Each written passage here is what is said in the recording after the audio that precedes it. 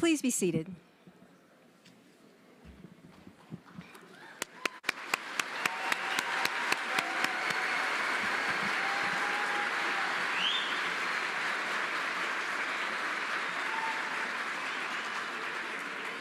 Students, family, and friends, it is my distinct honor to welcome you to the Class of 2027 White Coat Ceremony.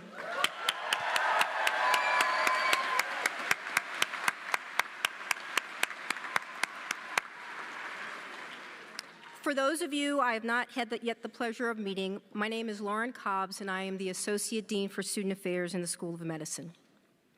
As many of you know, the white coat is one of the most powerful and enduring symbols of the healthcare professions in general and physicians in particular.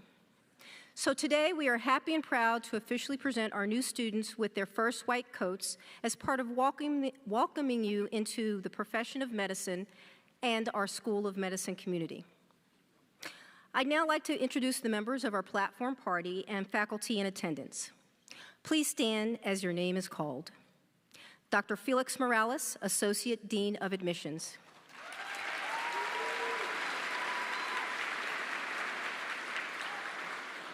Dr. Michaela Jansen, Associate Dean of Medical Education and Accreditation.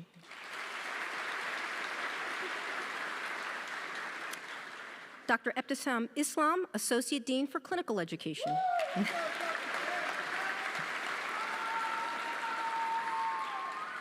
Dr. Elizabeth Conser, Assistant Dean for Student Wellness and Advancement.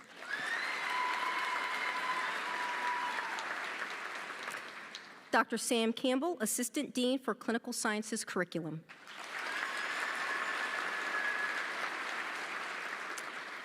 Dr. Simon Williams, a Senior Associate Dean for Academic Affairs.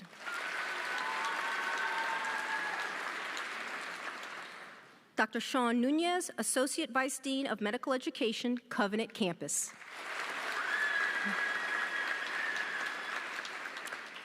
Dr. Martin Ortega, Assistant Dean of Medical Education, Permian Basin Campus.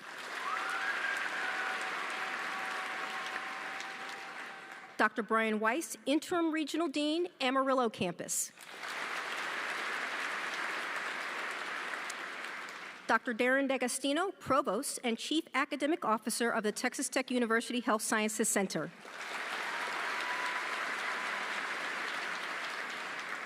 Dr. John De Toledo, Interim Dean for the School of Medicine.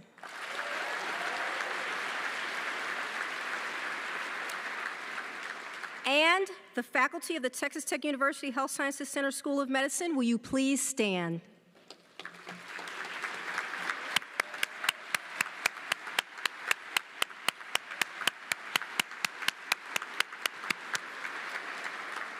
Thank you all for joining us today. Everyone, please be seated. It is now my very distinct pleasure to welcome Dr. John De Toledo to the podium to convey his welcoming remarks to our new class. Dr. De Toledo.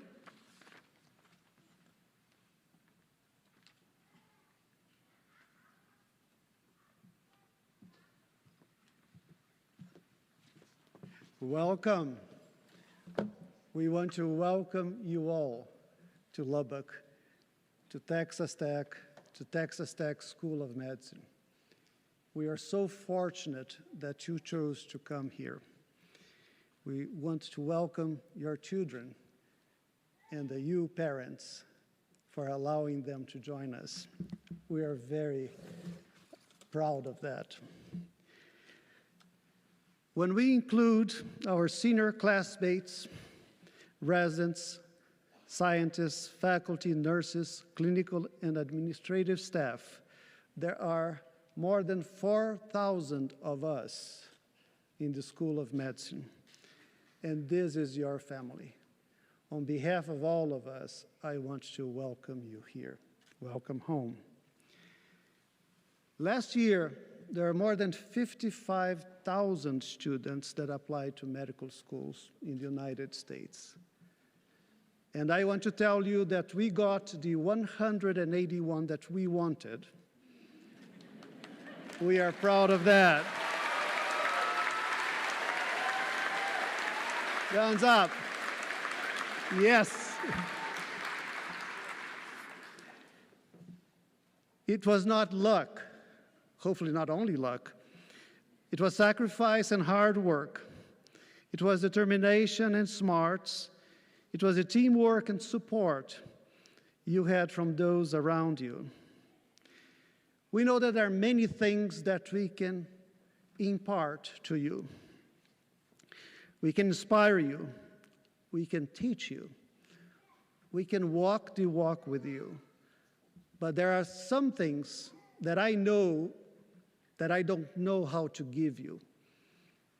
I don't know how to give you intellectual curiosity. I don't know how to give you the energy and the drive to do things. I don't know how to make you smarter than you are. This is a good moment for all of you to thank your parents for your upbringing and your good genes, because they are the ones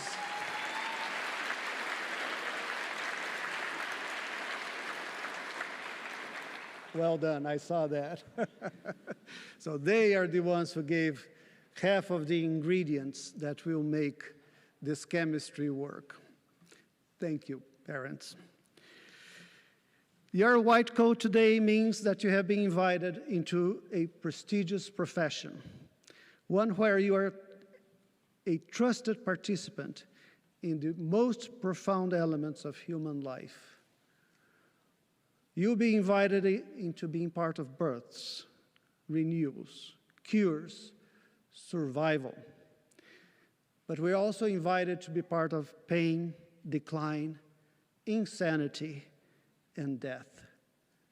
There are not many professions where an individual is allowed into these depths of our existence. And you are now part of this group. It's a great responsibility. Very few are permitted to take part in this journey that you are beginning. You have been granted communion with some of life's most important trials and mysteries. Think about it. This is what you will do for many, many more years to come. As all first-year medical students, you also will have many firsts. To our families, the first time we wear the traditional white coat and place a stethoscope around our necks is often remembered as one of the most poignant moments. Dear families, enjoy it. Enjoy seeing your sons and daughters for the first time wearing this white coat, because you together earned it. Celebrate for you students and now medical students. Let's celebrate these first times with joy and without too much anxiety. Self-doubt sometimes makes us feel inadequate, creates insecurity. Let me tell you all that this is a common feeling among high achievers when they first reach a new goal in their lives. You're in good company. We all go through that. So don't let that in any way take away from your joys. Don't worry about it. You're not alone. As sometimes we hear, you are not imposters. You are the real thing. And don't let anybody make you feel different. We will walk this walk with you. On this note, I want to ask you something that we think about many times as you progress through years 2, 3, and 4. The request I have is, please talk to us. Let us know what you need. Let us know if you need help. Let us know what we can do better. I am the chair of neurology at Texas Tech, and I cannot read minds. You have to tell us, let us know. Allow us to help you. Help us to be better. The CEO of Ford Motor Company, Alan Mulally, when he had his first meeting with the group of people that were running the operation at that time, he had one request, and he said, I cannot manage a secret. Think about it. there's no way for us to know what you are going through unless you share with us.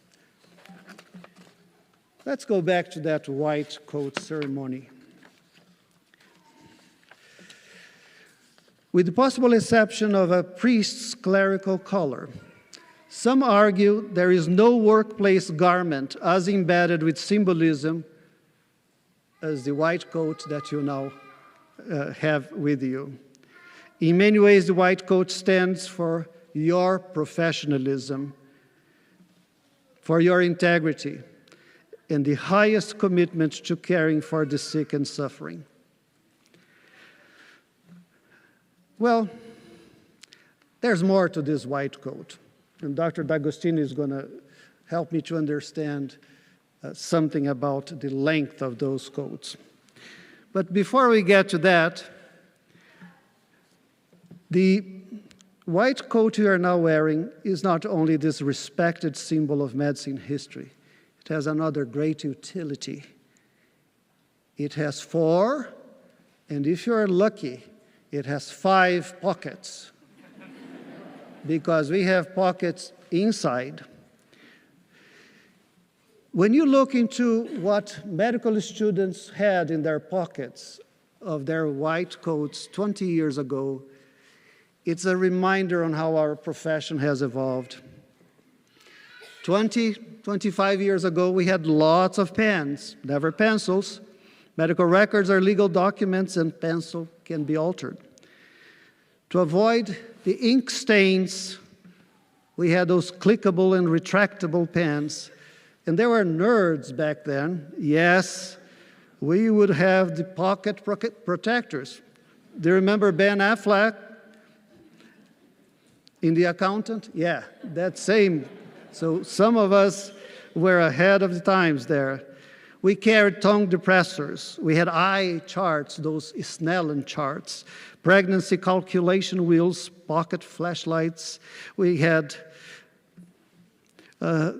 depending on where you were, we had to draw bloods, we had to put our lines.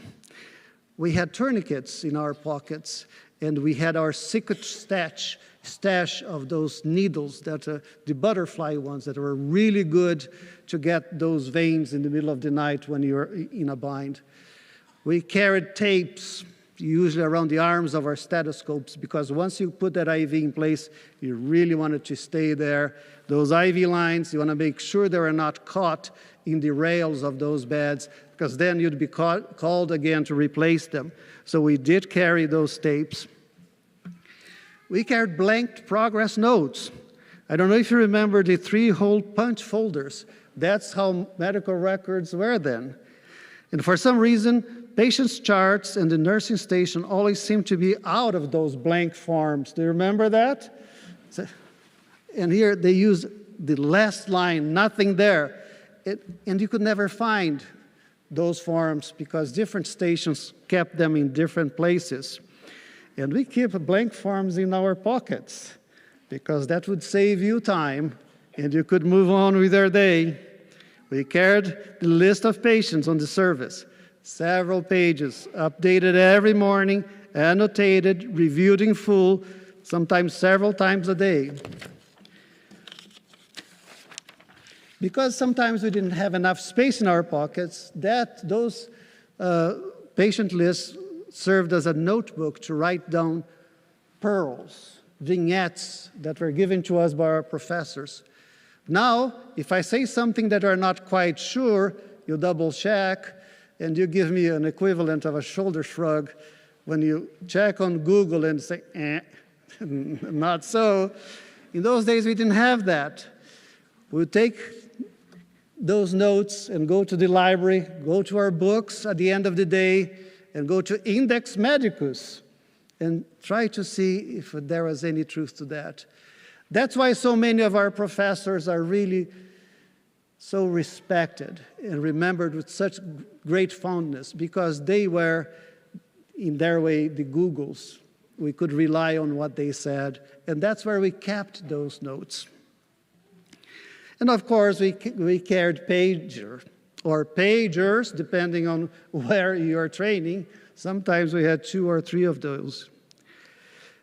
It goes without saying that there was never enough room in those 4, or if you're lucky, 5 pockets of ours, and because they're always bulging full. But you know, those attendings, no, these attendings, I should say, we were part of the problem because we did not have all that stuff in our pockets, but we expected you to have them.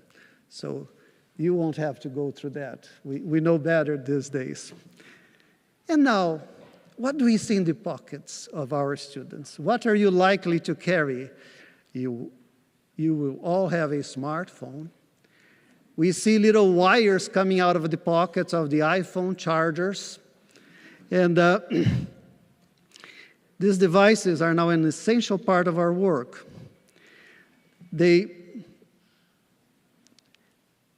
help us to find medication side effects, interactions, performing clinical calculations, searching journal articles, double-checking on your attendings to see if they're just kind of BSing you. And it's getting harder to be on this side of the rounds. The old term of roundsmanship has acquired a new meaning now that we are up against Google these days. And and you use it for taking notes, dictating notes. Fewer of you will use a pager anymore, thanks to the phones. Stethoscope, yes. Listening to hearts, lungs, abdomen. I am a neurologist. It's not a very good tool to tap reflexes. And the problem is when you do that, you don't find good reflexes, you call me. Because, oh yes, I don't find a knee jerk on the left leg. And then we go there, we find it. Yeah, oh, I was doing this with my stethoscope, so it's not a good use. Another thing, depending on where you train, a good stethoscope is very expensive, and many of them look alike. So sometimes these stethoscopes can disappear as other people may mistakenly grab yours. So if you have one of a different color, if you properly identify your stethoscope, it's more likely that that stethoscope is going to graduate with you. Otherwise, it may be part of somebody else's medical journey. Another thing about stethoscope is that it is the moment in the interaction we have with our patients when the patients are silent. It's a moment where patients expect us to touch them. And sometimes that's the only moment in the interaction that we touch a patient. And this creates the opportunity to create a bond. And there's this saying that it's hard to trust someone who won't touch you. So that moment, use that moment wisely. Sometimes is the moment I can pause and think and organize my thinking about what to do next with these patients. Sometimes, depending on the case, I pray, and has worked, has served me well over the years. So that's a good time for you to consider that as well. You will carry latex gloves and masks, which we did not. And this is just in case that COVID virus has not yet run out of moves. So all of us carry those just in case. We never know what's there in front of us. We see a lot of crumpled napkins from the cafeteria, water bottles, health bars. So it's different, but it's the same coat. And we use it the same way, and it imparts the same message to our patients. And there's one thing that you carry that we didn't. And this I'm learning with you, highlighters. Our students have taught me the science behind the choice of colors and why so many of you have different colors sticking out of your pockets. And they tell me that different colors serve different functions. I have been told the green color helps to improve concentration. This color is said to have a low wavelength, which helps the brain to feel calm, improves efficiency and focus. So when I see those green highlighters, I know what that student is dealing with. Then comes orange. Orange is a bright color and is said to be an instant mood lifter.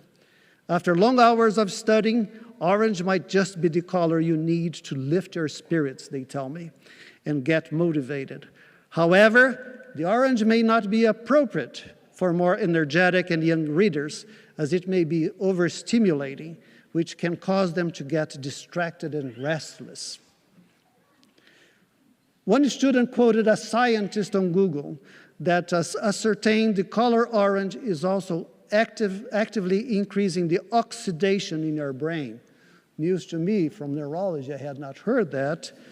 And that increases the ecstasy of your mind. So remember, that's the orange. And then there is the blue. Just looking at the sky refreshes our mind, they tell me, and gives you more will to charge up. The blue color also enables energy. Blue highlights and boosts productivity. It promotes high levels of thought when faced with a challenging task and situation. So remember that. So you have help here from the highlights you choose to have in your pocket and in your notes. One last note about the white coat that you're going to be wearing. About 15 years ago, in 2008, the American Medical Association considered the idea of banning, terminating the use of white coats in hospitals. And then instead, they reconsidered. And they came out with the recommendation that, well, if our doctors and students only washed their white coats, that wouldn't be as much of a problem. Because it has been known for quite some time that our sleeves rubs in all kinds of places it shouldn't, and our pockets are full of things that shouldn't be there to begin with. While almost everything else that comes in contact with a patient is sanitized, is tossed, is scrubbed, not the white coat. And when we talk about this with our students, yeah, we know, it costs money to have those coats washed. And then we hear from our students that you all have to save money for your away rotations and your Step 2 CSs. But one faculty once told me that one vial of laundry detergent with 180 loads costs less than $10. So guys, let's wash those white coats. And I tell you that those black North Face fleeces are not an adequate replacement for a clean white coat. So let's not go there. So this day, students and families, this day is about you, your families, is about our medical school. 2 months ago, Dr. Stephen Burke, a dear friend and an incredible dean for our school for more than 15 years, passed away. Each one of us here is here because of him, and we benefited from his wisdom, from his guidance and friendship. Texas Tech misses him. We are proud of him, and as he often reminded us, there's one reason why we are all here, and this reason is you. That's what he would remind us.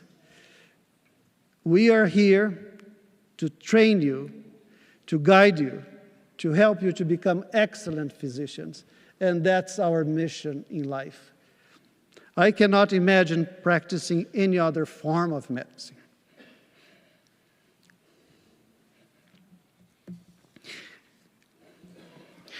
This is the Texas Tech way. Thank you.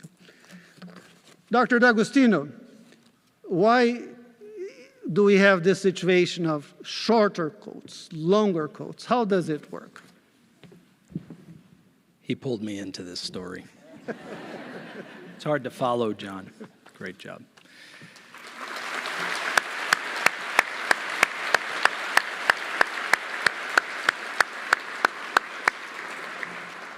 Before we get into the story, from Texas Tech University Health Sciences Center, congratulations to you and to your families. This is a huge, huge accomplishment. You're entering into a world that you may think you know about, but you're going to quickly learn about. There's a lot to it. So the story about the white coat, there's also another piece of symbolism here, because if you've noticed, all of the attending physicians up here, when they stand up, their coats go down to their knees, and if you're vertically challenged like me, below my knees. That white coat grows with you. It grows as you grow. Right now it's short. It's what you're wearing every day. It has the 5 pockets, and some people will stitch an extra pocket in there, and it really doesn't, you can't tell if you've used it unless you have a coffee stain on it. So I'm just going to throw that one out there. But what's important is you have to nurture that coat. You have to water it at night, fertilize it a little bit, change the soil every now and then, or clean it. And then it begins to grow with you.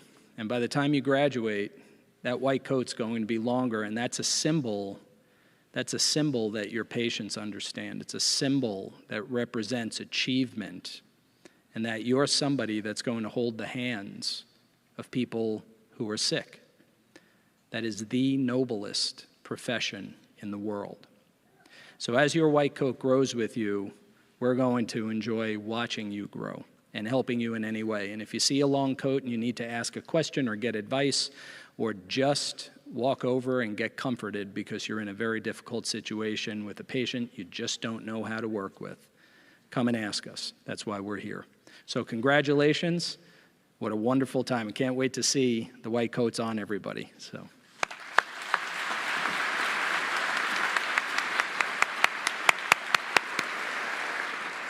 Thank you so much, Dr. D'Agostino. I'd like to now invite the members of our class of 2027 to approach the stage so we can begin our coating ceremony.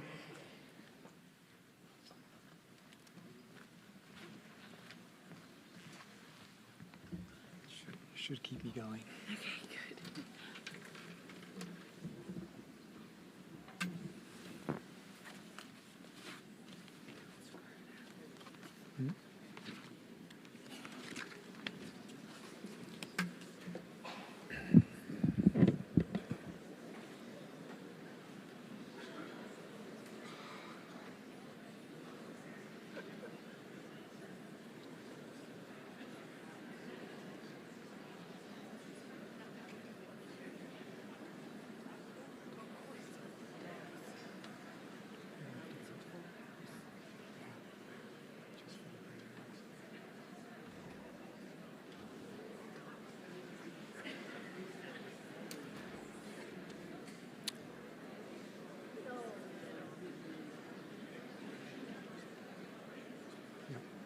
First.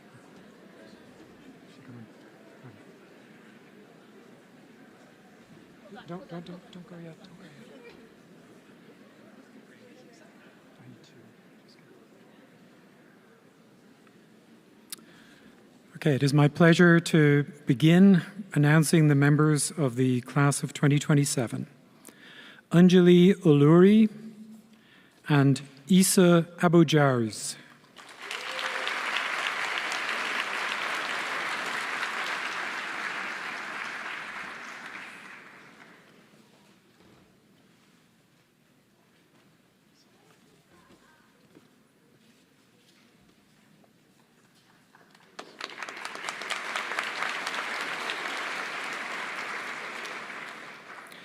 Gaurav Agrawal and Paxton Alexander.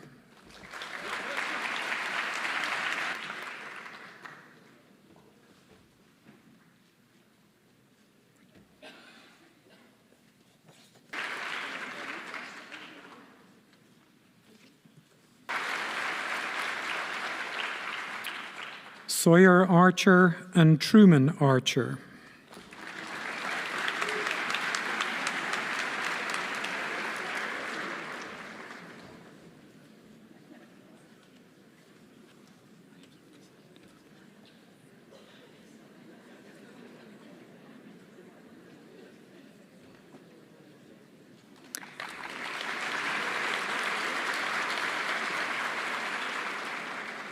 Mohammed Al-Tauba and Kyle Armstrong.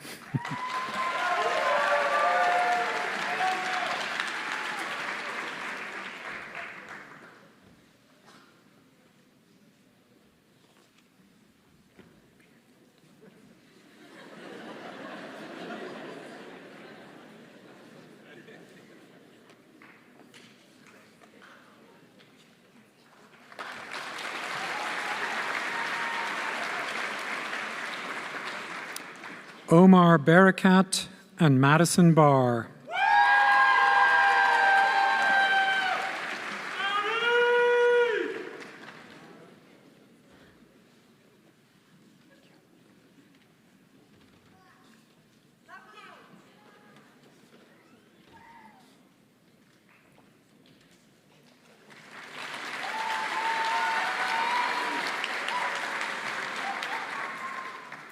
Abby Bing and Grayson Brazil.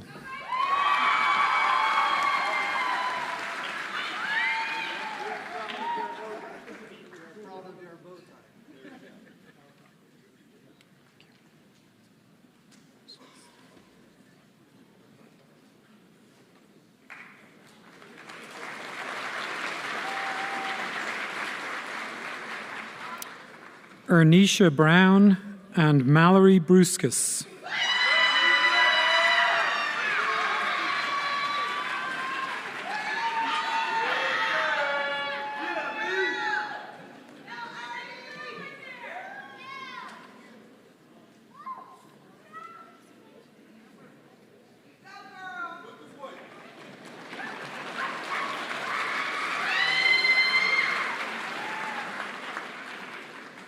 Elizabeth Bryant and Jeremy Bueller.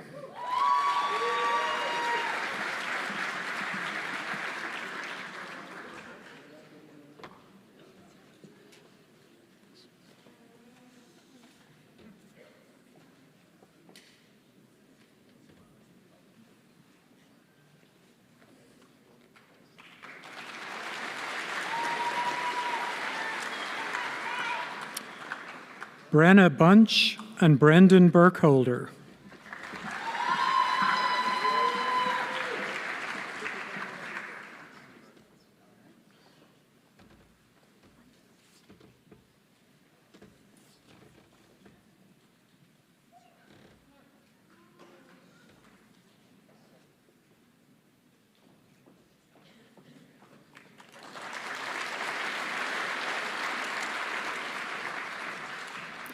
Elizabeth Burks and Esther Burns.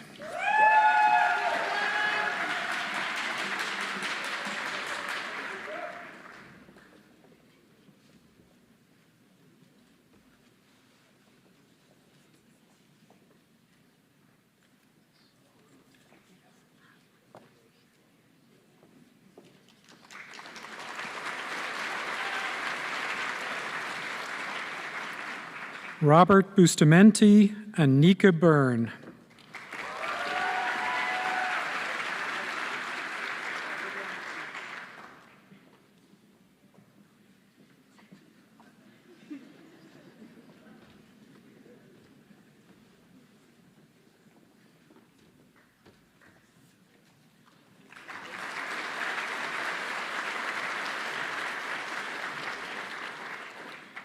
Dewani Chaturvedi and Jonathan Chivra.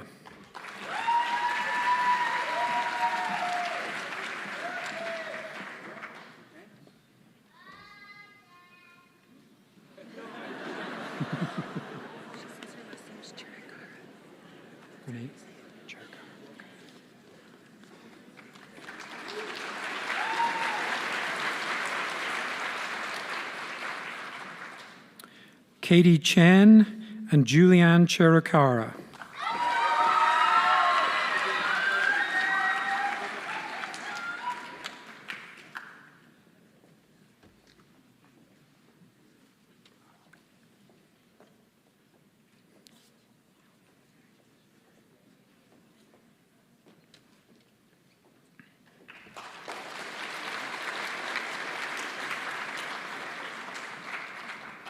Mohammed Chaudhry and Mackenzie Coffin.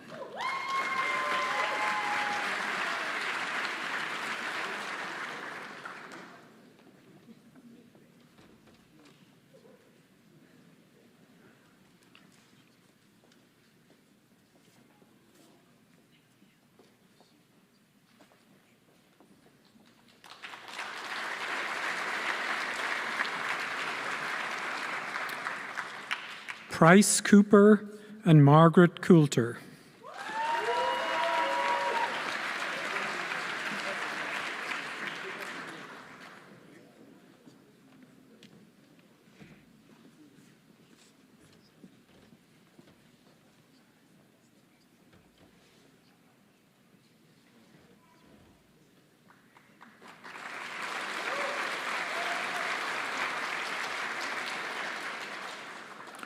Blake Cunningham and Hannah Curtis.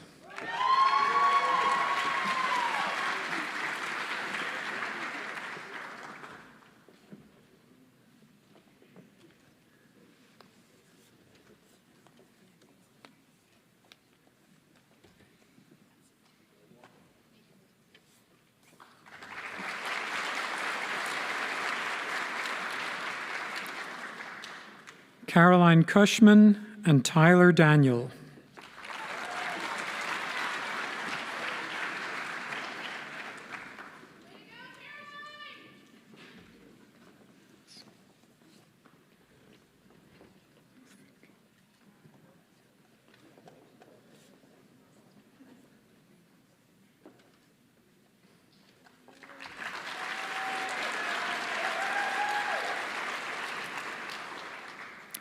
Luke Darter and Sofik Demi.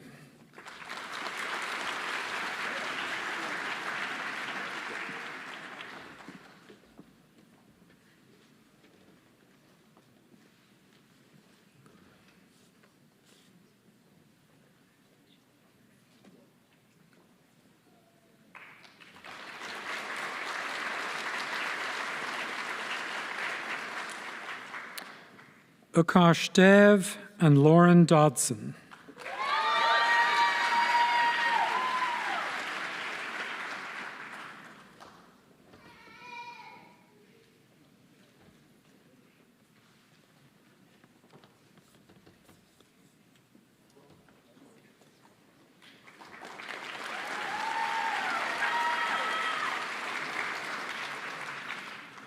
Austin Dersh and Megan Edwards.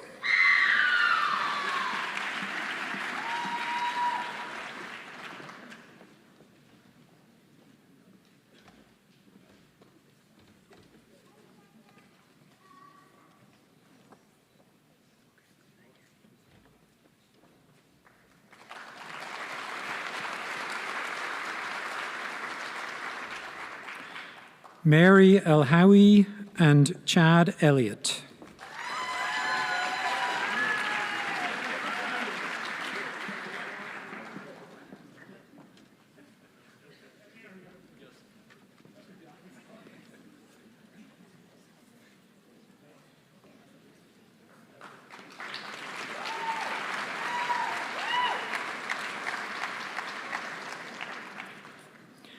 Amanda Ellis and Chanel Erickson.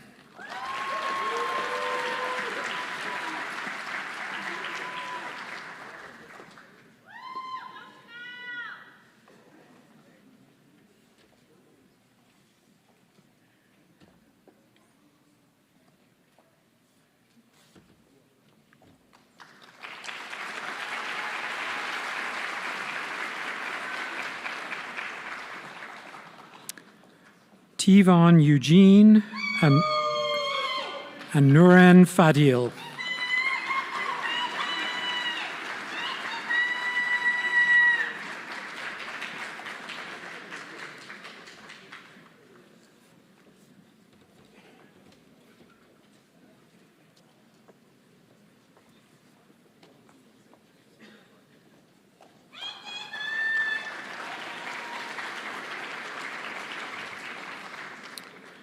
Alexander Fellberg and Nate Fernandez.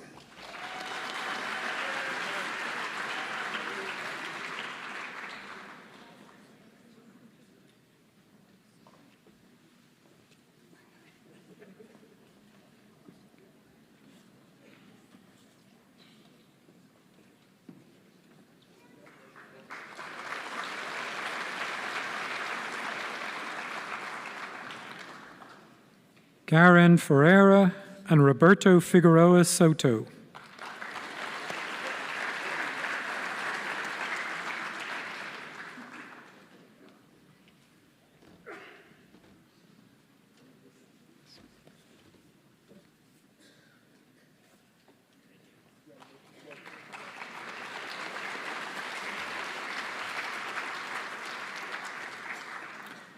Summer Fletcher and Morgan Fortner.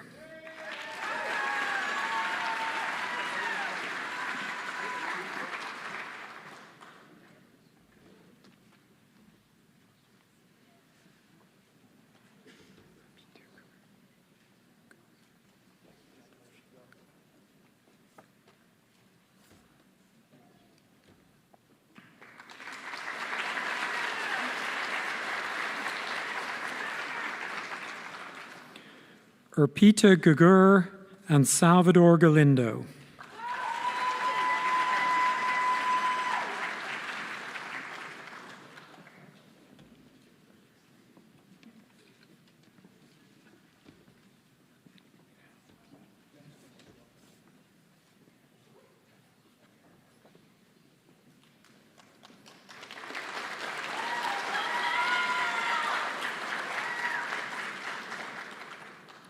Mark Gao and Leonardo Garcia.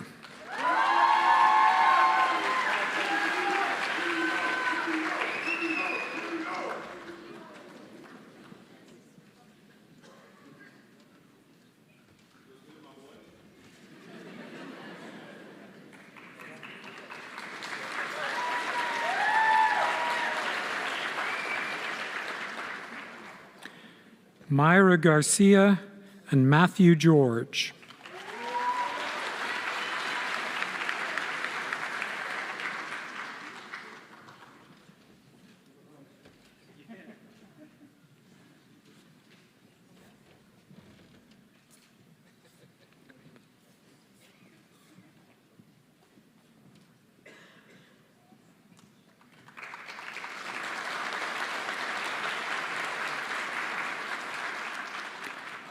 Isis Gordon and Kurt Graybow.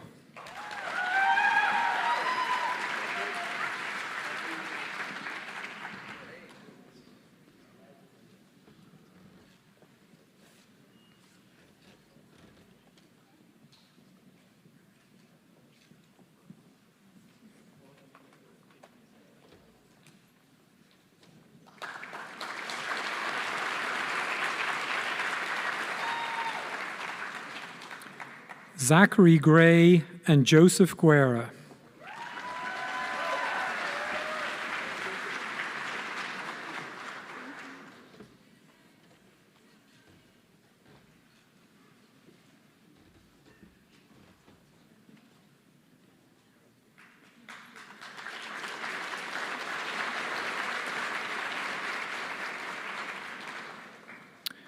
Prudhvi Gundapalli and Sadaddin Habal, sorry.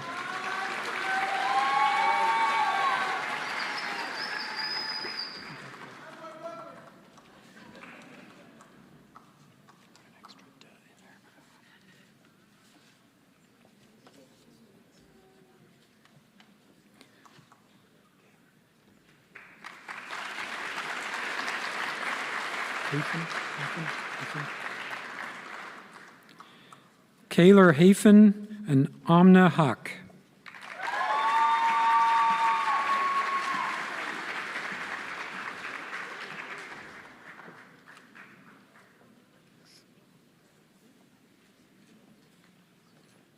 That helps.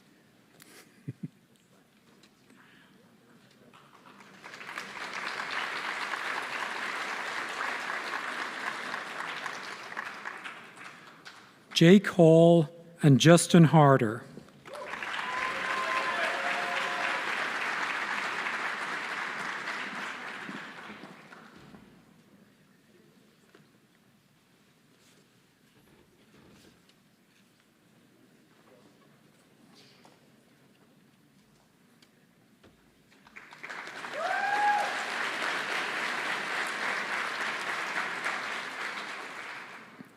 Brennan Henderson and Amber Hernandez.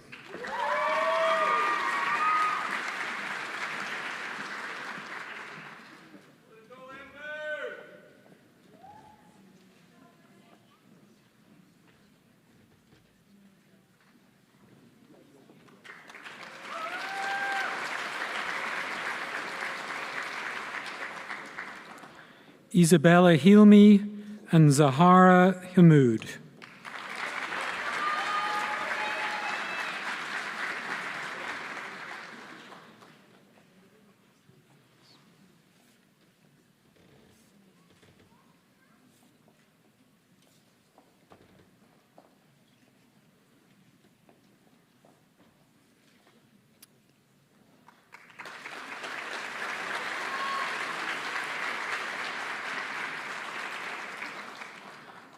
Landon Hoffman and Reese Hunsaker.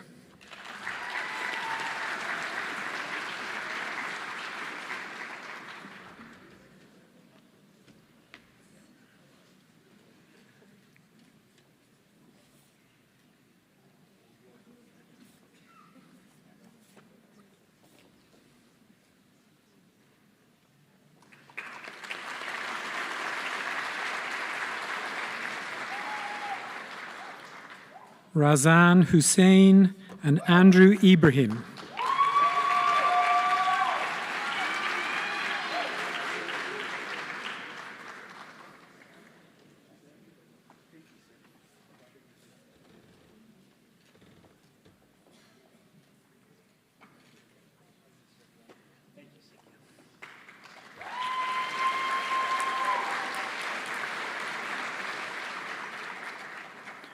Musa Imam and Austin Jackson.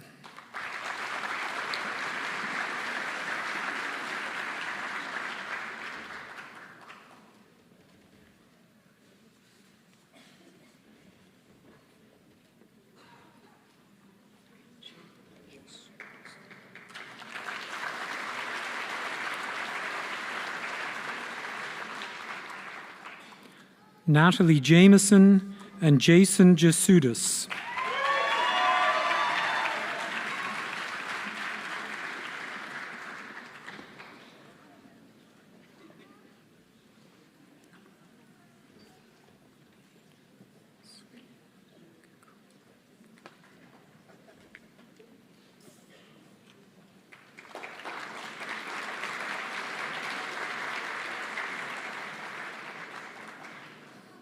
Zachariah Cabron and Sumia Kagul.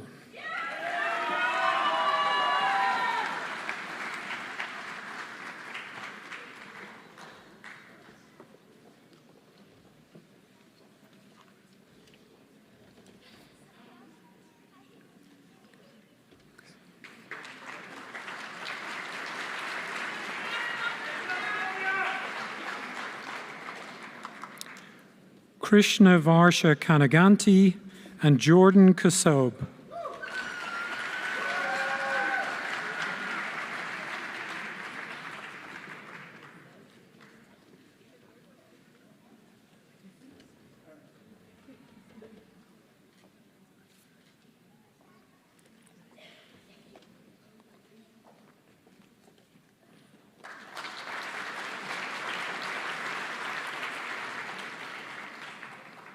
Alia Khan and Francis Kwong.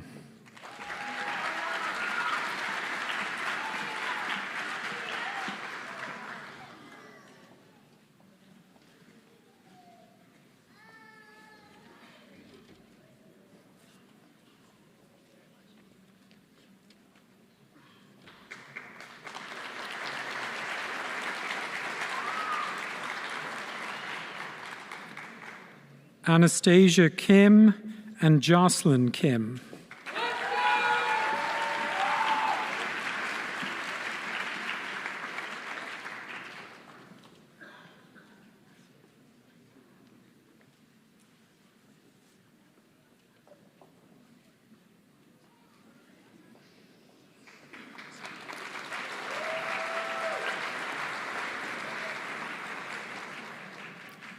Madison Kranz and Cole Lamontier.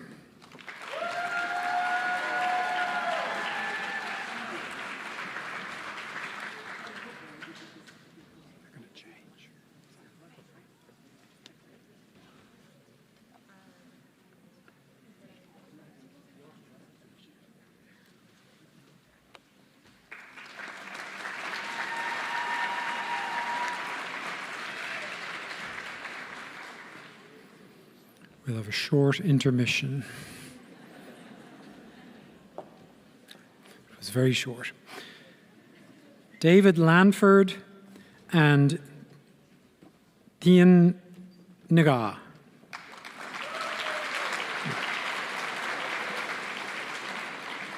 We should look to that one.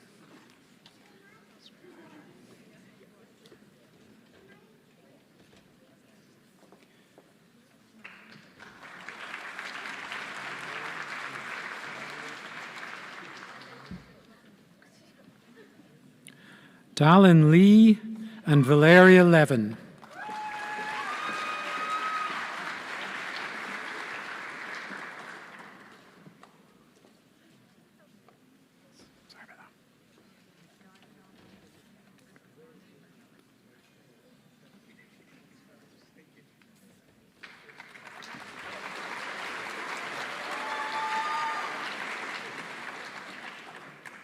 Griffin Litwin and Taryn Lubers.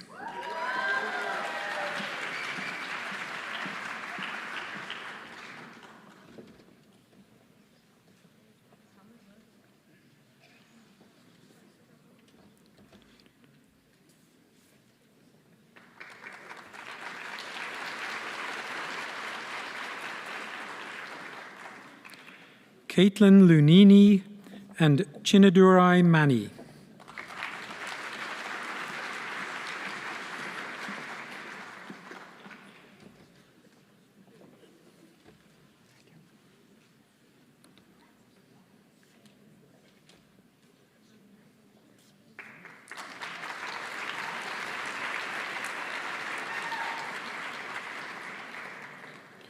Donita Matthew and Riley McCready.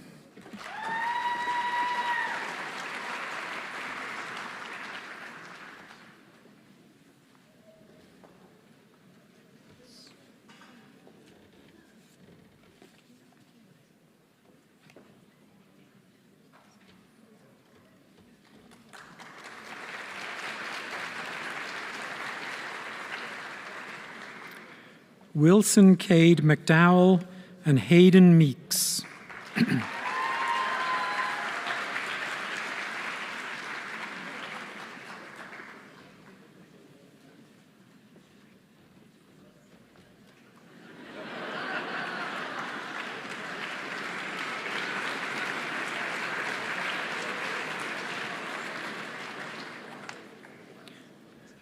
Mamoon Mian and Megan Mobley.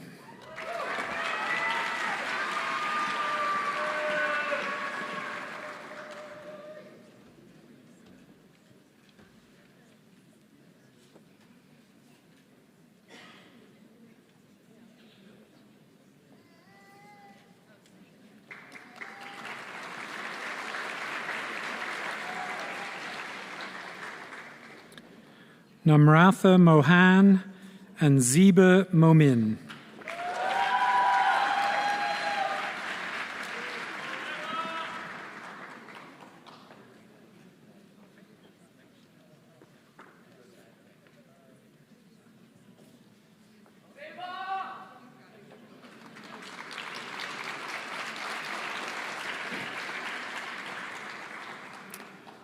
Casey Montgomery and Claudia Morris.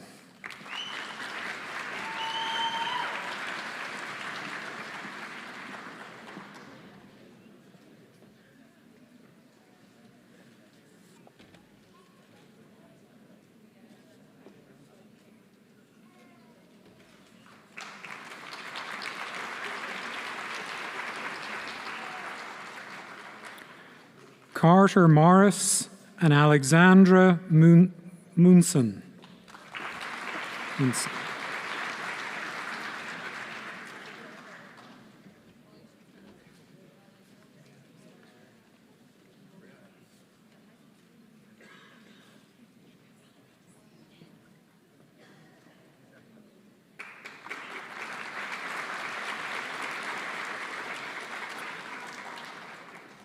Kailash Naj and Ann Wynn.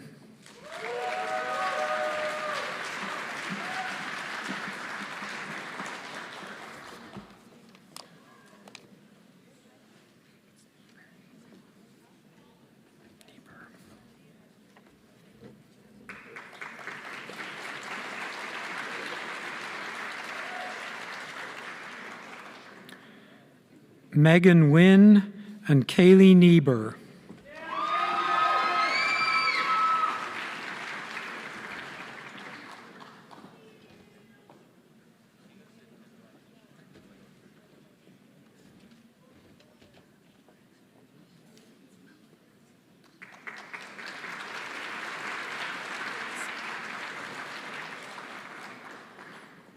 Rafiki Niabizi, and Samir Noor.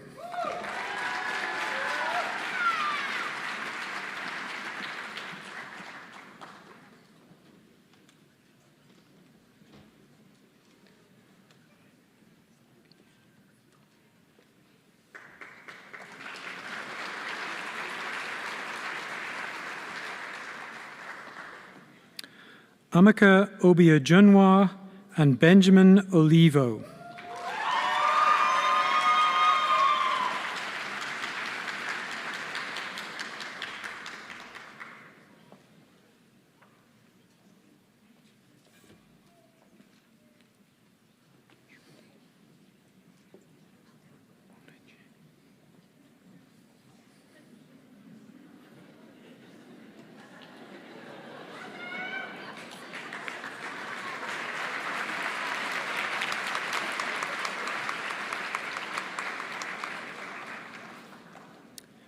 Tanya Omondi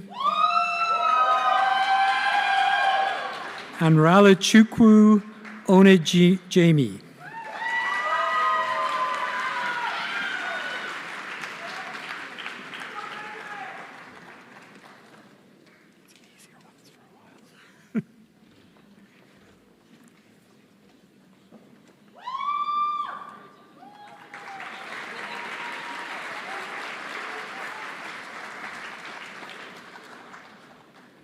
Kaylin Opella and Jansen Orton.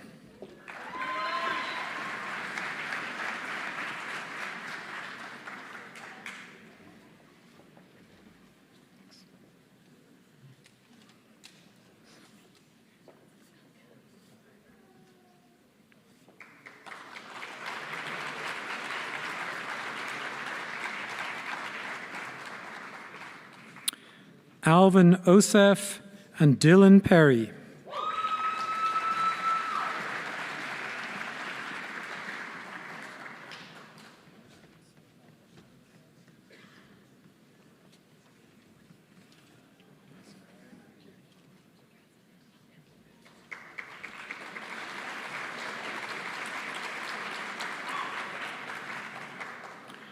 Grace Pascal and Rishi Patel.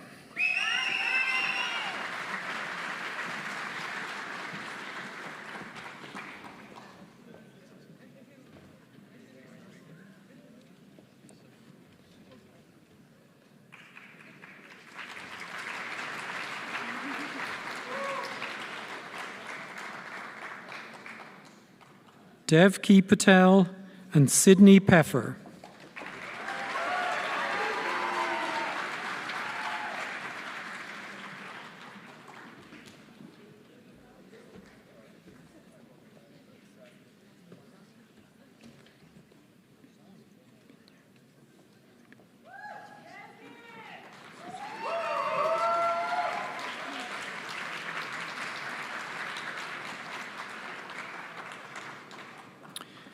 Zaim Pina and Gabrielle Perales.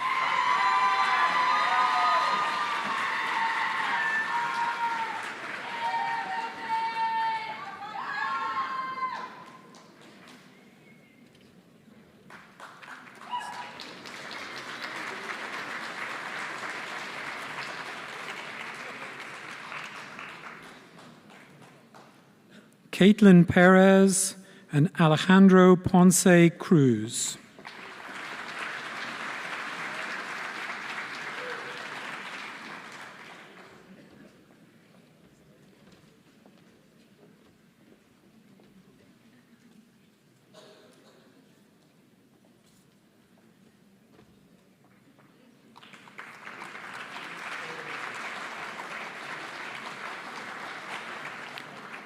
Ernesto Ponce Cruz and Melissa Porter.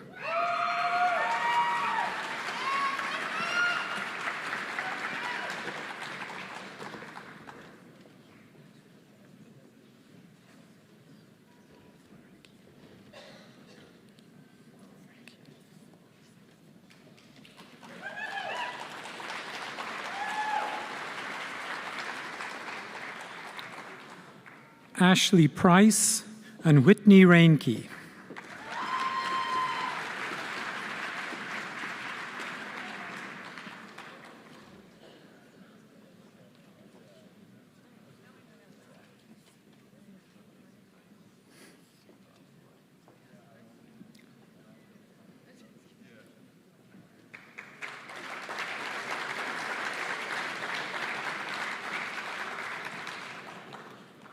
Prescott Remington, and Jacob Richardson.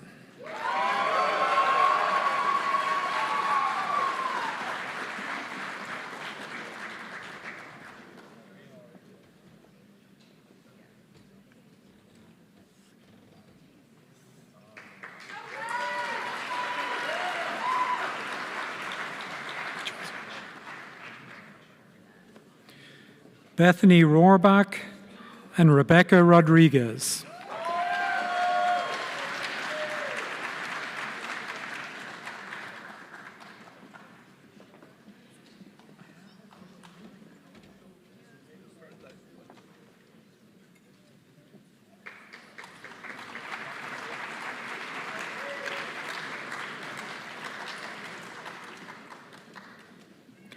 Lizabelle Russell and Kieran Sagani.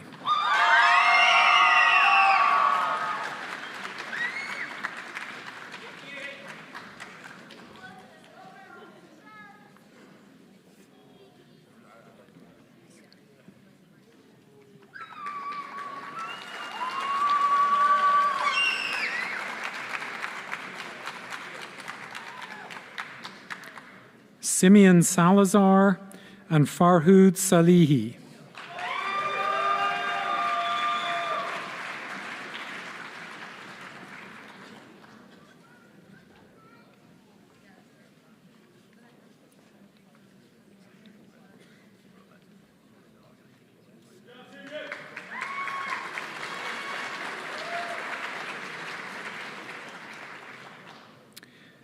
Theodore Sandhu and Julie Sang.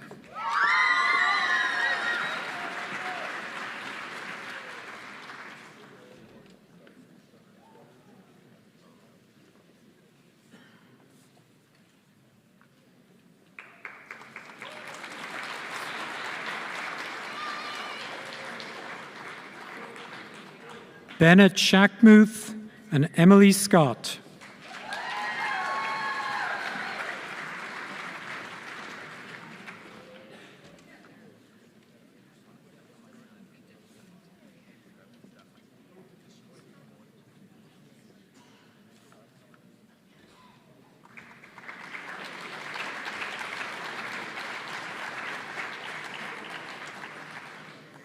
Michael Selby and Hannah Suh.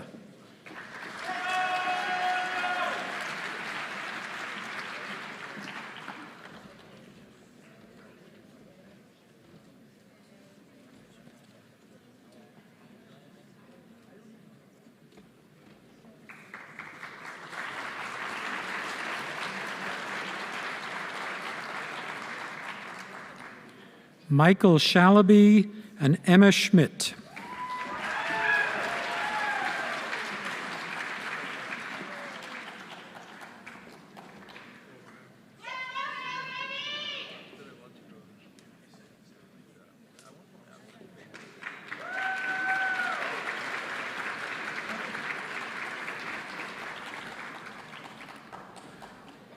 Laura Shahade and Kuratulain Shiko.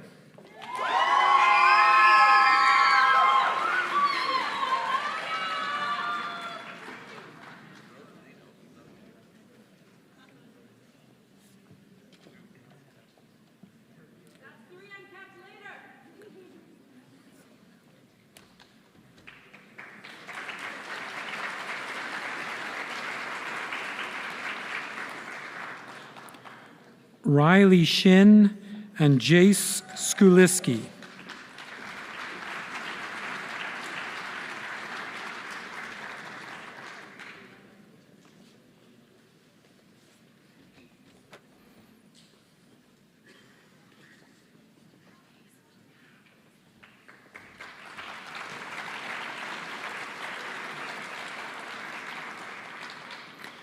Alex Smith and Scott Stevens.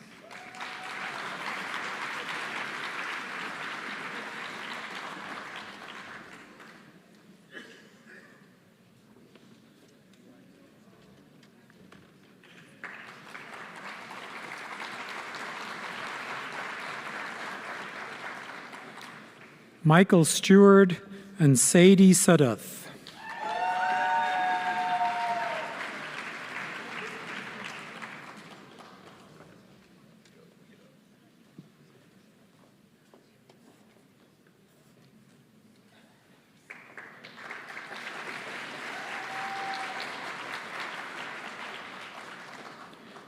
Sydney Sudduth and Caden Sullivan.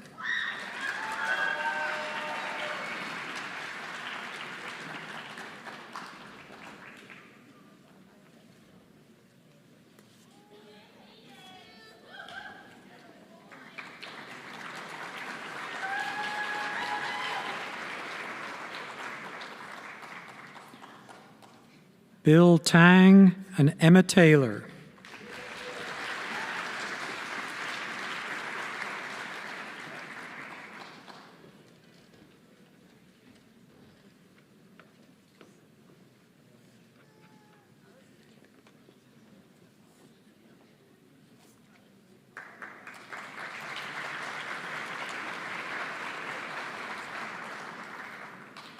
Matthew Tiemann and Zachary Tiemann.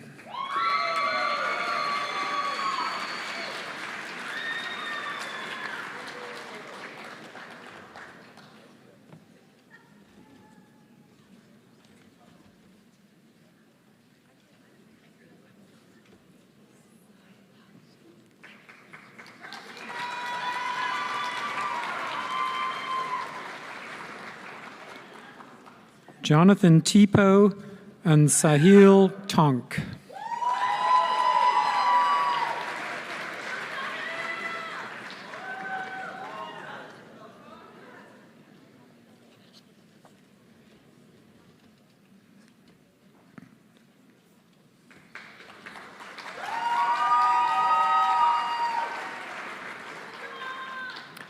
Nathan Tran and Aslan Tubbs.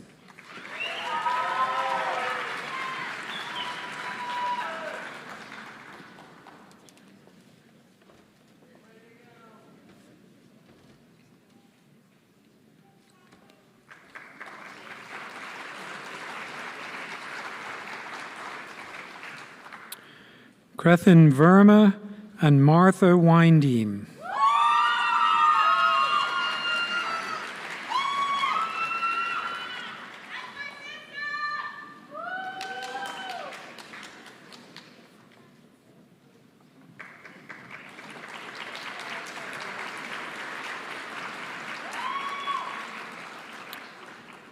Joel White and Taylor Williams.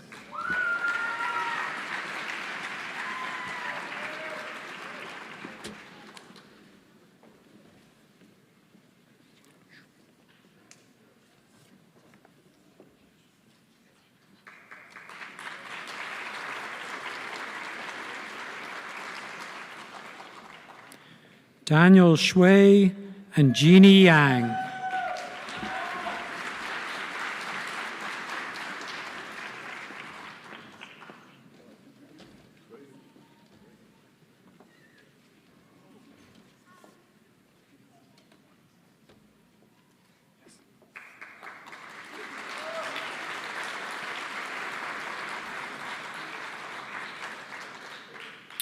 Shravya Yarlagada and Adam Yesin.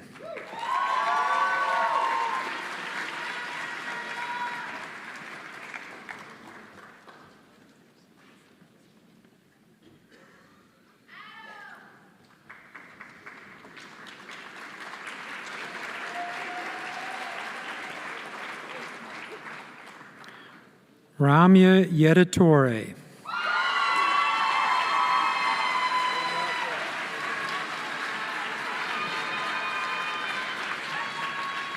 Good job.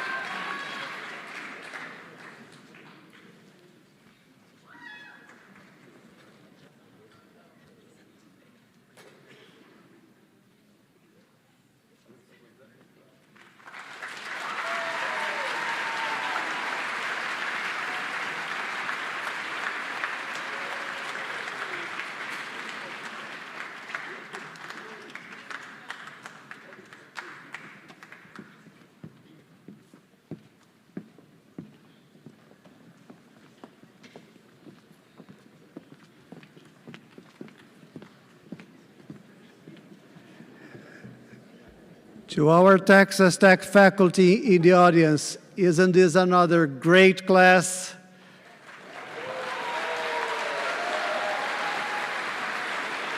It is. Dear families, you have so many reasons to be proud of your children. And we are fortunate that you're entrusting them to be with us for 4 years. Thank you. Dr. Cobbs, what do I do next? 1 second, we're going to clear the stage.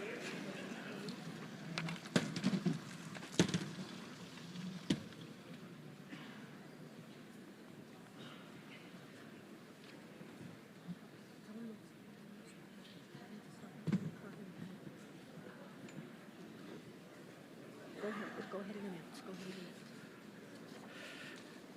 Ladies and gentlemen, I am proud to present Texas Tech School of Medicine Class of 2027. Please welcome them.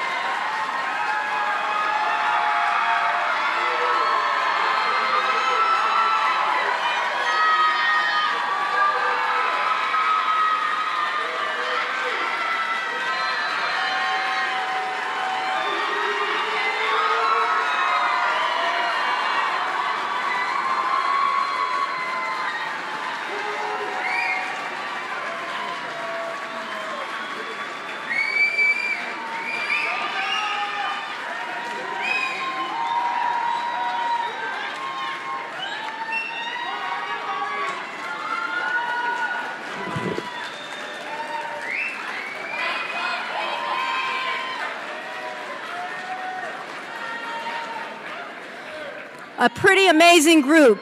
Yes. Okay, friends. This amazing group of incoming physicians have written their own student oath that they'd now like to attest for you. Donning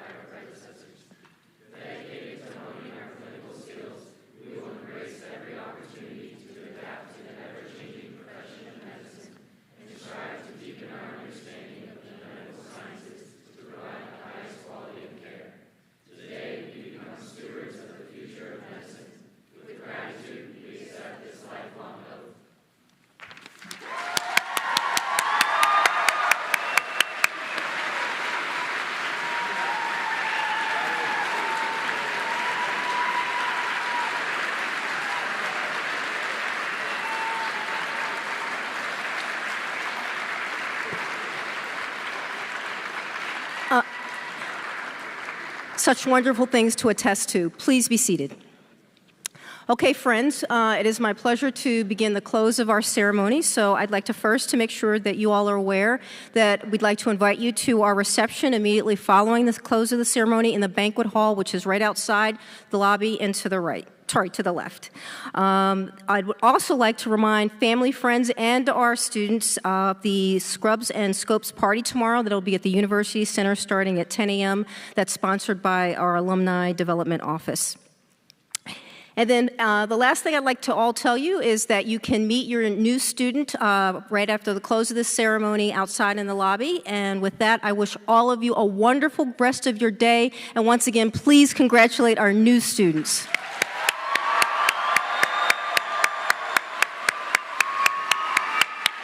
Thank you all. Have a great afternoon.